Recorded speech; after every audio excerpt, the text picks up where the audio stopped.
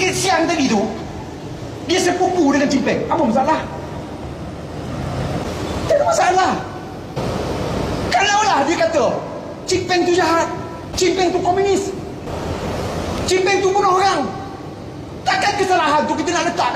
Tu pasal orang panggil kau Barwa. Kau nak pergi spin kok mana Barwa? Orang tak nak DAP ni sebab perjuangan Cimpeng tu diteruskan. Bodoh. Agenda politik tu kan lebih kepada agenda apa? Bangang.